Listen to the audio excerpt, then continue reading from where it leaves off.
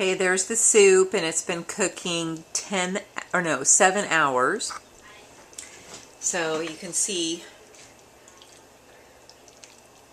all the stuff's off the bone. Okay, so I think we'll check it in the morning. We're going to let it cook all night, and you can see not a whole lot of water's left it. So we'll check it in the morning. And it smells delicious. Okay, this is the soup at 15 hours, and it is pretty much disintegrated.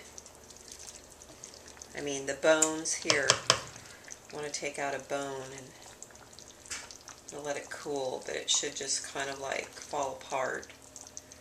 Set it there. And I am going to add a secret ingredient that was told to me by my sister, who, a Jewish woman who makes their favorite matzo ball soup. They have to use the chicken stock, and she put in a beef bone. So I'm just going to add 3 beef bones, because I had this, you can use any type, and I'm going to just cook this for the other 2 hours, because this looks really done. And that's going to add some depth to the stock, the beef bone. Okay, so let me see if I can touch that. Yeah, see how it just falls apart? That's what happens, is it just all like, you're getting all that calcium from the bones of the chicken, and that is what, it's called free ionic calcium, and that's what goes into the broth, and that's what helps us with, well, that's our calcium. That's where we get usable calcium, not from rocks, but from chicken stock, from the bones. So this is like gold. Okay, and then I'll show you what I'm going to do next. Okay, so it's been 18 hours. Let's look. And here is the beef bone I put in. So that's all fallen apart. So that's going to add a nice depth of flavor. It's like a, you know, everything is like kind of like tones, and the beef, that little bit of beef bone, and it has to be bone. It's not the meat, it's the bone that will just give it that little depth of flavor. So what I'm going to do now is turn it off, and look how thick all that is. And what we're going to do is strain all the juice off of that. So I'm turning off the oven. It was on low, and we're just going to let it cool.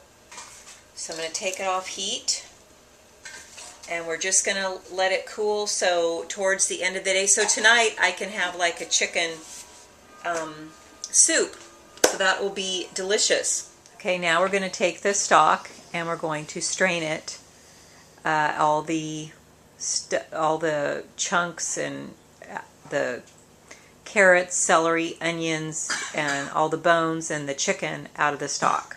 Okay, so we're putting the vegetables in the bowl, and then my big strong husband, do it. Squishing all the juice, you see, through there. This is the way we found to do it. And we're also going to use a cheesecloth. Yeah, that looks really good. And then all that he's squishing gets all thrown away, because all the nutrients are in the broth.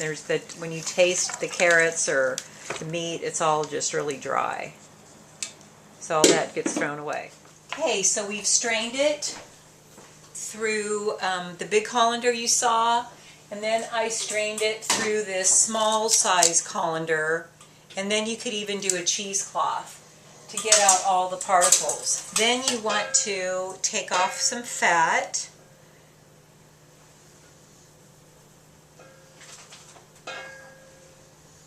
Now also, if you were to refrigerate this, all the fat would just go to the top and you could just like peel it off when it got refrigerated. But I'm going to freeze some of this.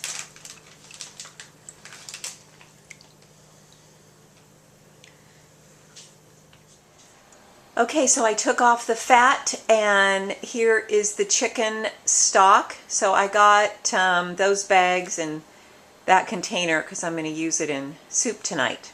And then what I'm going to do is freeze those for later use.